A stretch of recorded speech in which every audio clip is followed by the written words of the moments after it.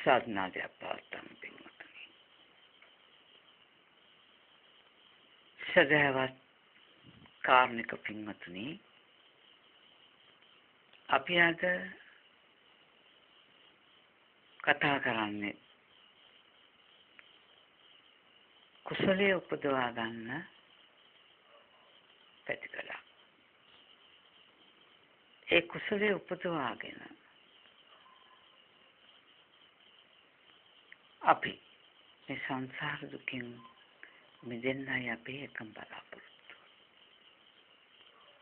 ඒ ත්‍රි හේතුක ප්‍රතිසන්දිය උපදවා ගැනීමයි අපි එකම බලාපොරොත්තුව. මේ ජීවිතේ නිවන් දැකීම සඳහා. ඒ නිසා ඔබලා මේ දේශනා අසන්නේ. මේ දේශනා පෙර නොඇසු දහමක් බව හොඳට මතක තබා ගන්න. තව එකක් තමයි පෙර නොඇසු දහමක් කියලා කියන්නේ පටිච්චසමුපාද ධර්මයටයි. මේ පටිච්චසමුපාදයේ වැටහීම පින්වතුනි, ඒක ලෝකෙට අති භාග්‍ය සම්පන්න සිදුවීමක්. එමන්ද මේ පටිච්චසමුපාදය මේ විදිහට ගැඹුරින් අපි ශ්‍රවණය නොකරන තා අපිට උතුම් බුද්ධ ශාසනය මගහැරලා යනවා පින්වතුනි. උතුම් රහත් ඵලයට යනවා. ඔයත් හිතන්න එපා මේ සත්ව පුද්ගල වූ කයකින් මිදීම රහත් ඵලය කියලා. සත්ව පුද්ගල වූ කයකින් මිදීම සෝවාන් ඵලය කියලා හිතන්න එපා. සත්ව පුද්ගල වූ මේ කය අනිත්‍ය දුක්ඛ අනාත්ම වශයෙන් දැකීම ඔබ හිතන්න එපා ඔබ සෝවාන් වුණා කියලා. සෝවාන් වෙන්න නම් ඔබ පටිච්ච සමුප්පාදයම මනාව දැක ගන්න ඕනේ. ඒ පටිච්චසමුපාදයේ දකින්න තැන සත්‍ය පුද්ගලයෙක් ඔබට හම්බෙන්න බෑ. එහෙම දෙයක් වෙන්න බෑ පින්වතුනි. යම් මට්ටමකට අපි මේවා තේරුම් බේරුම් කරගෙන ඔයගලට මේවා කියන්නේ. සමහරට බොහෝ ගැටලු එන්න පුළුවන්. එහෙමන්ද මේක පටිච්චසමුපාදය කියන්නේ ලෝකේ තියෙන ධර්මතාවලින් ඉගැන්වීම් වලින් සහ අවබෝධ කිරීම තුළ ඉතා ගැඹුරුම ඉගැන්වීම් සහ ඉතා ගැඹුරුම අවබෝධ කිරීම පින්වතුනි. මේ පටිච්චසමුපාදය තමයි පුබ්බේ අනුත්තේසු ධම්මේසු කියලා කියනවා. මම පෙර දේශනාවල සඳහන් කළා ඇති. බුදු කෙනෙක් පින්වතුනි අවබෝධ කරන ධර්මතාවය. ඒ උතුම් රහතන් වහන්සේලා අවබෝධ කරන ධර්මතාවය පින්වතුනි. මේ ධර්මතා ගොඩක් ගැඹුරුයි. පිටකේ අපිට තියෙන උද්දේශයක් පින්වතුනි. ඒ උද්දේශය මනාව තේරුම් අරගෙන පාතිමෝක්ෂ සංවර සීලයේ කුඩා අනුකුඩා ශික්ෂාපදයක්වත් කඩන්න නැතුව කුඩා අනුකුඩා ශික්ෂාපදයේ බය දැකලා යම් කෙනෙක් සම්මුතිය වූ පාතිමෝක්ෂය පඤ්ඤප්තිය වූ ඒ පාතිමෝක්ෂය රැක ගන්නවා නම් යා ලෝකෝත්තර වූ විනයට එනවා පින්වතුනි. ඒ ධම්ම අවබෝධයත් එක්ක තමයි එන්නේ. මේ පාතිමෝක්ෂය විතරක් රැක්ක කියලා ලෝකෝත්තර වූ විනය එහෙම පහළ වෙන්නේ නැහැ. ලෝකෝත්තර වූ විනය පහළ කරගන්නට නම් ධර්මයත් එකතු වෙන්න ඕන. ලෝකෝත්තර වූ විනයකින් තැන ඒ සීලයයි ධර්මයයි දෙකම සම්පූර්ණ වෙන්න ඕන. ධර්මයේ විතරක් තිබුණට වැඩක් නැහැ. විනය නැත්තම් ඒත් නිවන් දකින්න බෑ.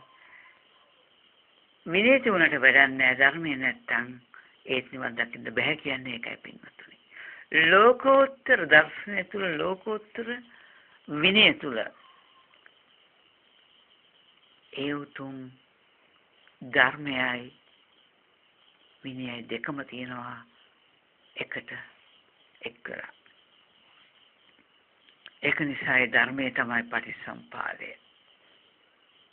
විනය තමයි පාතිමෝක්ෂ උපසම්පදා භික්ෂුව දේශනා කරපු විනය.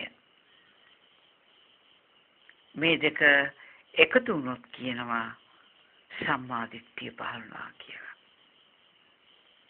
රාගක්කේ දේශක්කේ මොහක්කේ කන්ද මාර්ගය පුදුනා කියලා.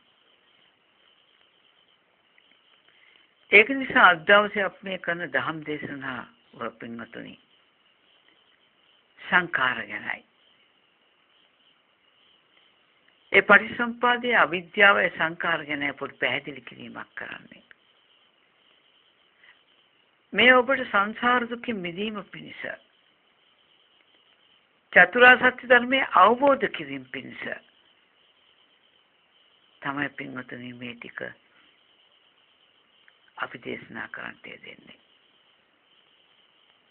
මේක ටිකක් ගැඹුරුයි පින්වතුනි. කොහොක්වත් නියවෙච්ච නැති දහම් කාරණා ටිකක් පින්වතුනි. ඒක නිසා මම පළවෙනිම ඉල්ලා සිටින්නේ මේක ඔබලාට නොහැටෙනවා නම් මේ ධර්මයේ විචනය කරන්න එපා. දේශකයන් වහන්සේට දොස් කියන්න එපා. ඒ මන්ද ඔබලා දොස් කියන දේශකයන් වහන්සේ කෙනෙක් මේක පරමාර්ථය නම් මේ පටිච්චසමුපාද ධර්මය දේශනා කරන්නේ පුද්ගලෙක් දේශනා කරන්නේ මේ ධර්මයේ දේශනා කරන්නෙම උතුම් පටිච්චසමුපාද දැනගත්ත චතුරාර්ය සත්‍ය දැනගත්ත ප්‍රඥාවයි පින්වතුනි. මේ දේශනාව දේශනා කරන්නේ ප්‍රඥා චෛතසිකයයි. ඒක නිසා මේක පුද්ගලයෙකුට ආනන්ද එපා පින්වතුනි. එහෙම ආන්දලා ඔබ මේ දේශනාව ඇහුවොත් ඔබට කවදාකවත් මේක තේරුම් ගන්නට බැරි වෙයි. මේක අහලා අවසානයේ හරි ඔබ පුද්ගලයෙක් කියපු බණක් හැටියට ගන්න එපා පින්වතුනි.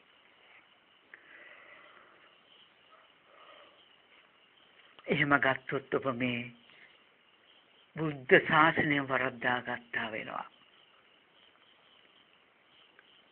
මේ මුල් ලෝකෙම කියන්නේ පින්වත්නි පටිච්චසමුපාදයක් පමණයි.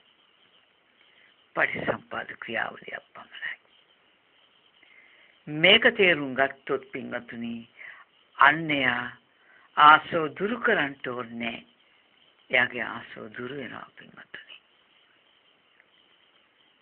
මේ පටිච්චසමුපාද දේශනාවල තමයි කියන්නේ පින්වත්නි මධ්‍යම ප්‍රතිපදාවෙන් බණ කියනවා කියලා. සත්‍ය පුද්ගල දෘෂ්ටිය ඔයයන්ට හම්බ වෙන්නේ නැති වෙන්න. සත්‍ය පුද්ගල දෘෂ්ටිය මිදෙන විදියට මේ දේශනා අහනකොට ඔබලගේ සත්‍ය පුද්ගල දෘෂ්ටිය මිදෙන්න ඕන පින්වතුනි. ඒ දෘෂ්ටි කැඩෙන්න ඕන. කැඩිලා එක්සිට් තලයකට මේ ධම් දේශනා ගලප ගන්න ඔබ දක්ෂ වෙන්න ඕන. ඔබ තුලින් ඉස්ලාම දැක ගන්නට ඊළඟට පුළුවන් පින්වතුනි අනිත් අය නිකම් ඔබට ප්‍රත්‍යක්ෂ වෙයි.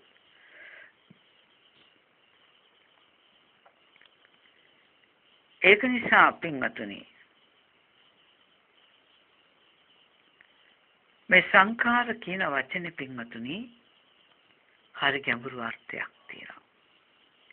මේ දේවල් මම දැම්මම කතා කරන්නට ඔබලත් එක්ක අදහසක් තිබුණේ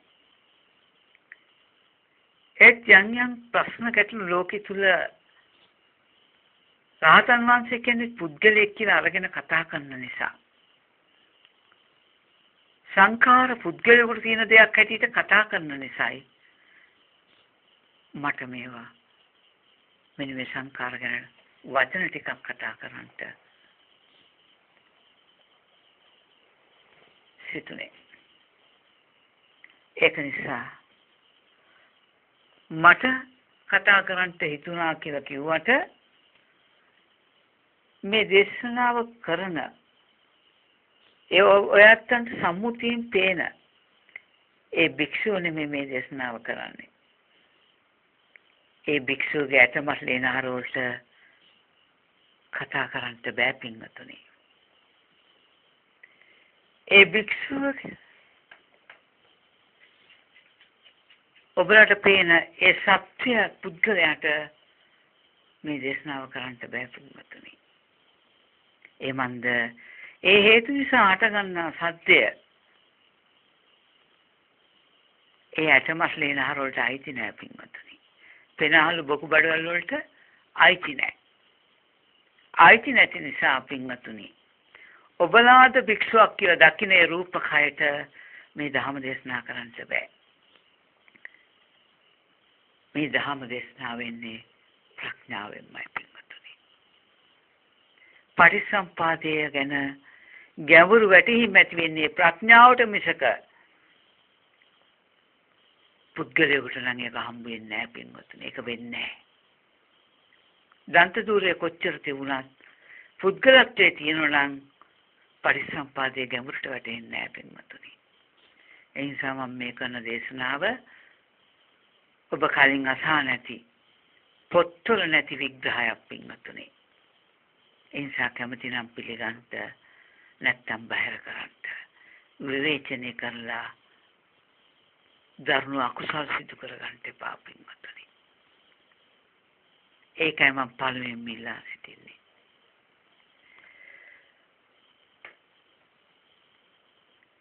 මේ අවිද්‍යා පත්‍ය සංඛාරා මේ ටික මම විස්තර කරන්න කලින් පින්වතුනි මම යමක් ඔබලාට සම්මුති ලෝකයට අනුව යමක් කියනවා. ඒ තමයි ඔබලා බොහෝ කාලයක් පින්වතුනි දුක් විඳගෙන ආවා. ඒ දුක් විඳ ආපු ගමනේදී පින්වතුනි ඔයයන් විසින් මේ ජීවිතෙත් ලැබලා තියෙනවා. මේ ජීවිතේ විවිධ දුක්ඛම් කටළු ඉවසනවා ඔබලා. ඉතින් ඔබලා මේ දුක ආවහම පින්වතුනි බෝධියක් ළඟට ගිහිල්ලා මොනවා හරි කරනවා. චෛත්‍යයක් ළඟට ගිහිල්ලා මොනවා හරි කරනවා. දන් දීලා මේ දුකෙන් මිදෙන්න බලනවා. ධාතුන් වහන්සේලා වැඳලා දුකෙන් මිදෙන්න බලනවා. සම්මලයන් වහන්සේලාට කුටි ගෙවල් හදලා දීලා සංඝවාස හදලා දීලා කටින චීවර පූජා කළා විවිධ පින්කම් කළා ඔබලා මේ දුකෙන් මිදෙන්න හදනවා පින්වතුනි. ඔබලට මේ ධාම තියෙනවා පින්වතුනි. ඕව කළා ওই දුකෙන් මිදෙන්න බෑ. වෙන්නේ නෑ ඒක. සමහරකට කර්මය නිසා දුක් හට ගන්නවා. සමහරකට කර්මය නැතුවත් දුක් හට ගන්නවා. අපි කියමු ඔබලාගේ කවුරු හරි මරණයටපත් වෙලා පෙරේතෙක් වෙලා ඔබලාගේ භූමියේම ඇවිල්ලා උප්පැත්තිය ලබනවා. ඒ පෙරේතයා විසින් ඔබලා ඒ භූමියේ ඉන්නවට කැමති නැති නිසා සමහරවිට ඔබලාගේ අම්මා තාත්තා වෙන්න පුළුවන් ඒ පෙරේතයාගේ ජීවිතේ ඔබලාට විවිධ විපත් කරනවා පින්වතුනි. ඒ විපත් කරනකොට ඔබලා දන් දීලා විවිධ පුණ්‍ය කටයුතු කළා. ඒ පෙරේතයාව ඒ ජීවිතෙන් මිදවන්නට උත්සාහවත් වෙනවා. මෛත්‍රී සහගතව ඉන්න කෙනෙක් නම් ඒ පින් අනුමෝදන් කරගෙන එයා ඉතින් මිදිලා යයි. මිත්‍යා දෘෂ්ටික පෙරේතෙක් වුණොත් පින්වතුනි දරුණු දෙවේශ සාගත සිතුවිලි තියෙන කෙනෙක් වුණොත් එයාව යවන්න බෑ පින්වතුනි දන් දීලා බෝධි පූජා කළා. ඔය මොනවා හරි කළා එයාව යවන්න බෑ. එයාව යවන්න නම් යකදුරුකමක් කරන්න ඕනේ. අද සම්මුතියේ තියෙන්නේ ඔය ගැට ගහලා බෝතල් වල දාලා මූදි දානවා කියන්නේ. ඔය වගේ වැඩ කරන්න වෙනවා පින්වතුනි. සාත්තරහන්ට ආලා ඒවෙන් යමක් කරන්න වෙනවා. මෙන්න මේ වගේ දේවල් වලින් පින්වතුනි අර මිත්‍යා දෘෂ්ටික මේ පෙරේතයා ඔබට ලෝදාන්ට වෙනවා පින්වතුනි. පෙර ජීවිතයේ අම්මා තාත්තා වුණා. යහපත් කෙනෙක් වුණොත් දානයක් මානයක් දීලා මුදවන්න පුළුවන්. අය යකදුරුකම් කළා එළවන පෙරේතයා පින්වතුනි අඳුරෙන් අඳුරට යනවා. දාන පුණ්‍ය කර්ම කළා ඔබලා එතන මුදවන කෙනා මෛත්‍රියෙන් යුතුව එයා අඳුරෙන් ආලෝකයට යනවා පින්වතුනි. මේ වගේ පෙරේත බලපෑම් වලින් ඔබලගේ ජීවිතයට සෑහෙන දුක්ඛම් කටළු වෙනවා. ජීවිත අවදානම් වෙනවා. අතපය කඩනවා. පෞල් විනාශ කළා දානවා. මේවා පින්වතුනි කර්මය නිසා වෙන දෙයක් නෙවෙයි. මේවා මේ ජීවිතේ ජීවත් වෙච්ච අය දහමට අනුව ජීවත් නොවෙච්ච නිසා ඒගොල්ලන් කරගත්ත විපත නිසා මරණයෙන් පස්සේ ලැබු උප්පත්තියෙන් ඒ ස්ථානෙටම ආපු නිසා ඒගොල්ලන්ගේ ගති ලක්ෂණ තමයි පින්වතුනි අනුන්ට ඉපත් කරන එක. මේවා කර්මය නෙවෙයි පින්වතුනි. මේවා පින්වතුනි යා ඉන්න කාලේ කරගත්ත ඒ මැරිච්ච කෙනා ඉන්න කාලේ කරගත්ත කර්මයක්. ඔබගේ කර්මයක් නෙවෙයි පින්වතුනි. එයා එහෙම මැරලා ඇවිල්ලා ඔබට ඉපත් කරනවට ඔබ කුමක් කරන්නද? එයාව යකදුරුකමක් හෝ පින්කමක් කළා හෝ එතනින් ඔබලගේ ඉඩමෙන් අයින් කරන්න පුළුවන් නම් ඔබලගෙන් අයින් කරන්න පුළුවන් නම් එදන් පස්සේ පෙරේතයාගෙන් ඔබලට විපත් නැහැ. ඒ කියන්නේ පෙරේතයා මෙච්චර කල් කරපු විපත් කර්මයෙන් හටගත්ත දෙයක් නෙවෙයි පින්වතුනි. ඔබලගේ පෙර අකුසල් වලින් හටගත්ත දෙයක් නෙවෙයි. ඒක ලෝකයේ ධර්මයට අනුව ජීවත් වෙච්ච නැති වර්ධි හේතුවක් පමණයි පින්වතුනි. සියල්ල කර්මයෙන් සිදු නොවේ. එනිසා මේ විවිධ දේවල් කරලා විවිධ න්‍යායන් ඔස්සේ අපි මේ දුක නැති කරන්න උත්සාහවත් වෙනවා පින්වතුනි. බුදුවරු කාගේවත් පින්වතුනි දුක නැති කරන්න කියේ නෑ පින්වතුනි. භෞතික ලෝකේ తాවකාලික දුක.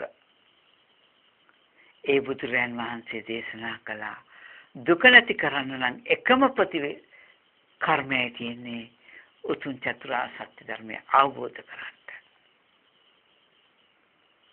ඒ පටිසම්පාදය මනාව දැනගෙන සංඛාර නිරෝධ කරන්නට කියලයි බුදුරු වෙන්නන්නේ. සංඛාර නිරෝධ නම් පින්වතුනි ඔය කිසි දුකක් ඔබට එන්නේ නැහැ. ඔබ එක එක දේවල් ජීවිතය තුළ දුක නැති කරන්නට කළත් ඔබත් ඉන්නේ පින්වතුනි අර පෙරේතයා ඉන්න තැනමයි. මැරලා ඔබත් ඊඩමට ඇවිල්ලා ඉන්න හැටි ඉපත් කරන තැනයි ඉන්නේ. ඒක නිසා පින්වතුනි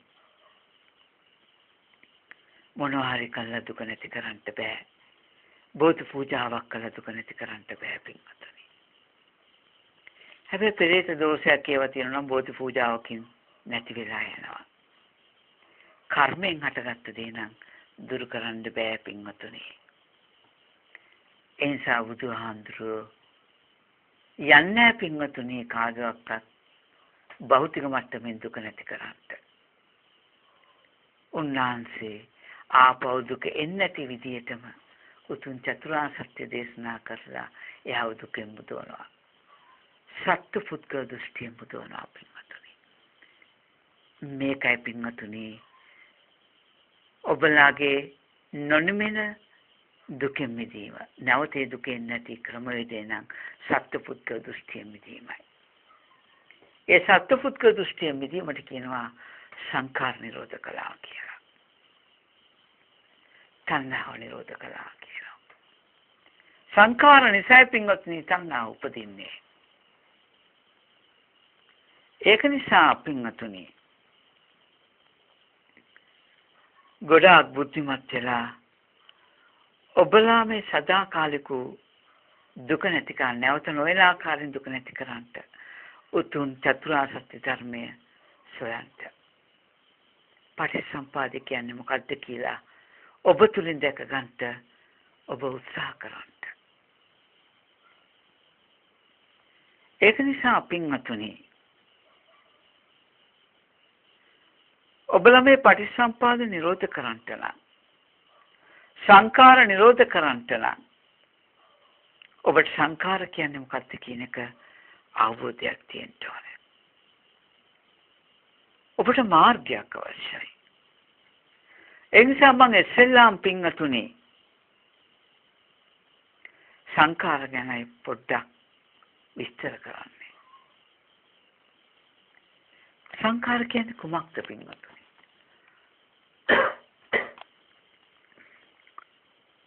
කාය සංඛාර, වචී සංඛාර, මනෝ සංඛාර. අපි තේරුම් ගන්න ඕනේ පින්වතුනි මේ කාය කියන්නේ මොකද්ද? කාය කියන්නේ පින්වතුනි නාම රූප දෙකට. කාය සංඛාර කියන්නේ සංඛාර කියන්නේ තණ්හාවට පින්වතුනි රැස් කරනවාට කියනවා තණ්හාව කියලා. තණ්හාව නැත්තම් රැස් කරන්නේ. මෙන්න මේ දැන් ඔබට තේරෙන්න ඕනේ සංඛාර කියන තැන කාය කියන්නේ නාම රූප දෙකට සංඛාර කියන්නේ තණ්හාවට. මෙන්න මේ පින්වතුනි කාය සංඛාර කිව්වම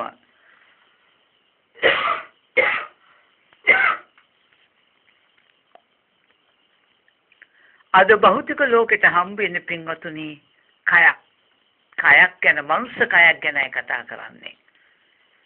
බුදුහාමුදුරන්ගේ බුදු නුවණ ගැඹුරුයි පින්වතුනි. ඒක තේරුම් අරගෙන කටයුතු කරගන්න.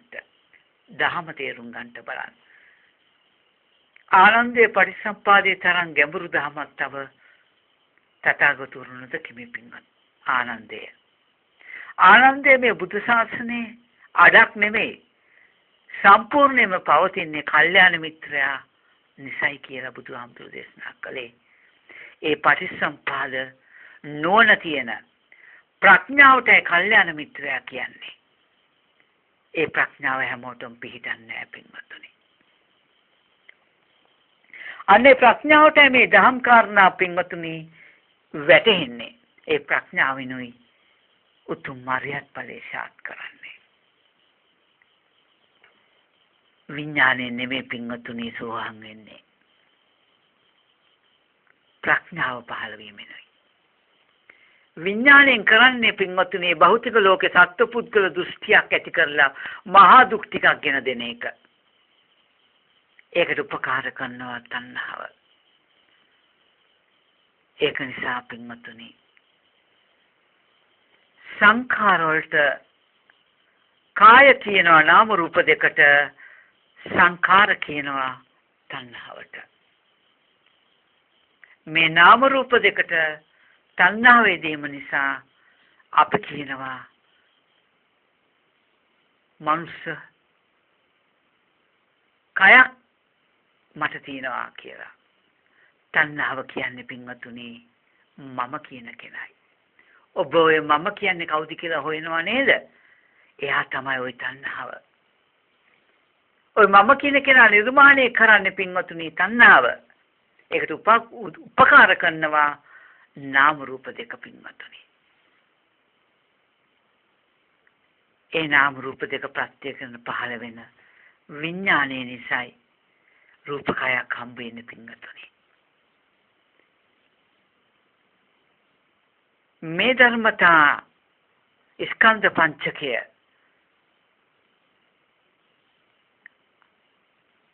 පින්වතුනි උදව් කරගෙන තණ්හාව පුද්ගලයෙක් වශයෙන් මේ ලෝකේ පෙනී සිටිනවා පින්වතුනි.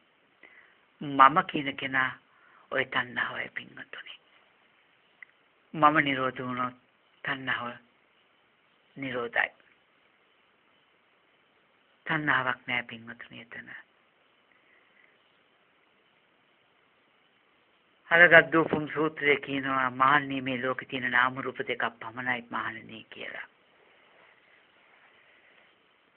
මේක ටිකක් ගැඹුරුයි පින්වතුනි. හිතන්ත දක්ෂ වුණොත් මම මේ මොකද්ද කියන්නේ කියලා ඔබලට මේ සංඛාර තේරුම් ගන්නට පුළුවන් වෙයි පින්වතුනි.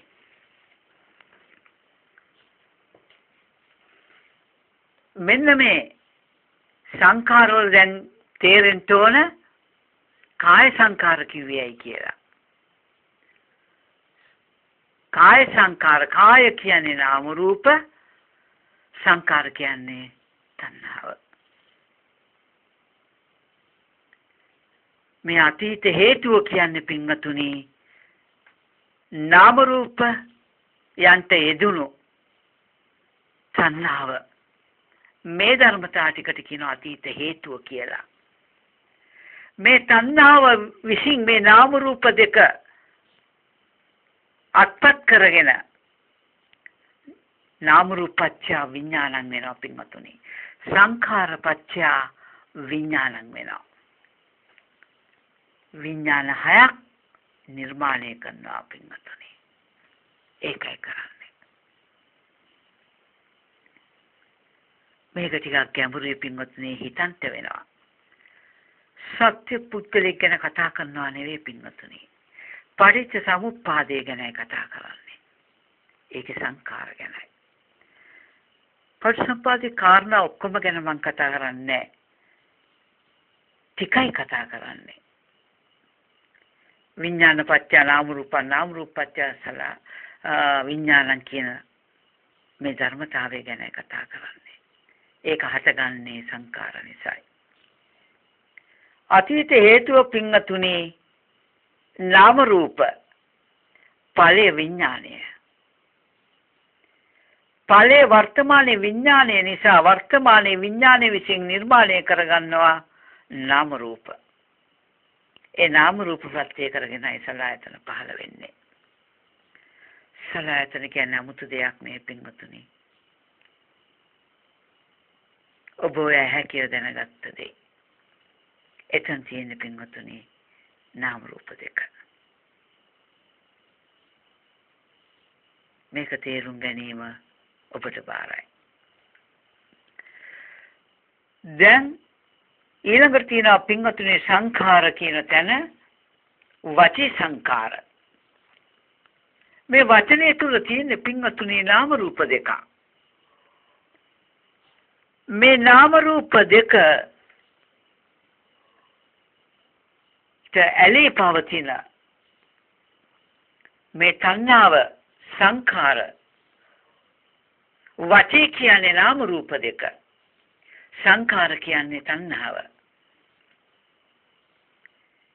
ඒ නාම රූප දෙකෙන් පින්වතුනි මේ වචනේද නිර්මාණය කරනවා. තණ්හාවත් කරන්නේ ඔය නාම රූප දෙක උදව් කරගෙන වචනේ නිර්මාණය කරනවා පින්වතුනි. ඔය වචනයකින් තන තියෙන පින්වතුනි නාම රූප දෙකයි. ඒ නාම රූප දෙකෙන් වචනයක් නිර්මාණය කරන්නේ තණ්හාවයි. අන්නේ වචනය පින්වතුනි සංඛාර කියන්නේ තණ්හාවට වචී කියන්නේ නාම රූප දෙකට. මේ තණ්හාව විසින් පින්වතුනි නාම රූප එකතු කරගෙන වචනය නිර්මාණය කරනවා පින්වතුනි මේ ලෝකෙට. ඒ තණ්හාව කියන්නේ වෙන කවුරුවක්වත් නෙවෙයි ඔබ මම කියලා හිතේ තියන් ඉන්න කෙනයි. එයා තමයි ඔය තණ්හාව. අන්න එයා තමයි පින්වතුනි ඔය වචනේ නිර්මාණය කරන්නේ. මමයි කතා කරන්නේ. ඒ කියන්නේ අර තණ්හාවෙන් නාම රූප දෙකක් උපැද්දුවා පින්වතුනි. අවිද්‍යාවෙන් පිරිච්ච ලෝකෙට සත්‍ය පුද්ගලෙක් හම්බෙච්ච ලෝකෙට පුද්ගලෙක් කතා කරනවා. ඒ තණ්හාව පින්වතුනි නාම රූප දෙකක් නිර්මාණය කරගෙන කයක් පෙන්නනවා. අවිද්‍යාවෙන් පිරිච්ච සත්‍ය පුද්ගල ලෝකෙට තණ්හාව කියන්නේ මමනේ. අර මම කයක් නිර්මාණය කරලා පෙන්නනවා මම කියලා පින්වතුනි. අර තණ්හාවයි මේ දේ කරන්නේ පින්වතුනි. ඒ වගේම පින්වතුනි මනෝ සංඛාර මනෝ කියන්නේ නාම රූප දෙකට පින්වතුනි.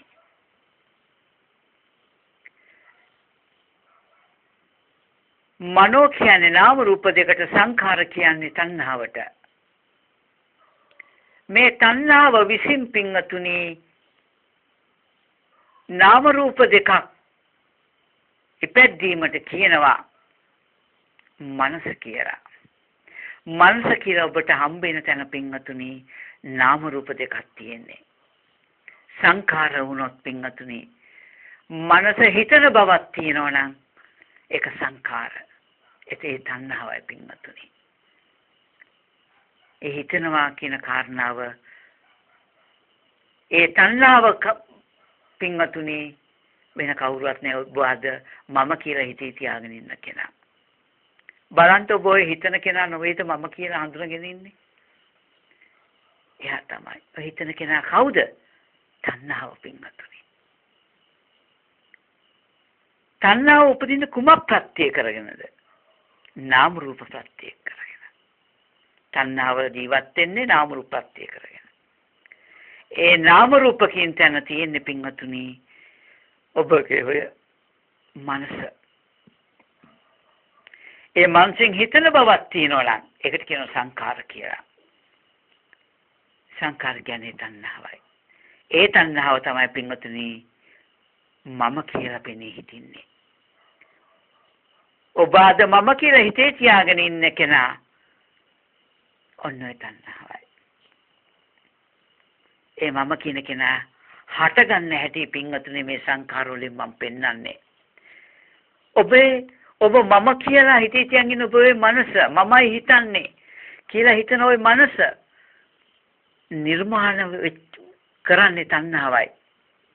ඒ සංඛාරයයි. අන්නේ මම කියන කෙනා හැදෙන හැටි පින්වතුනි ඒකේ යථාර්ථයේ ඉන්න කෙනා ගැනයි මම ඔබට මේ කියලා දෙන්නේ. ඒ වචනය මමයි කතා කරන්නේ. මම කියන්නේ සංඛාරය. ඒ තණ්හාවයි. එතන තියෙන්නේ වචනය ඒ නාම රූපයි. අර තණ්හාවෙන් තමයි පින්වතුනි මේක නිර්මාණය කරන්නේ. නාම රූප.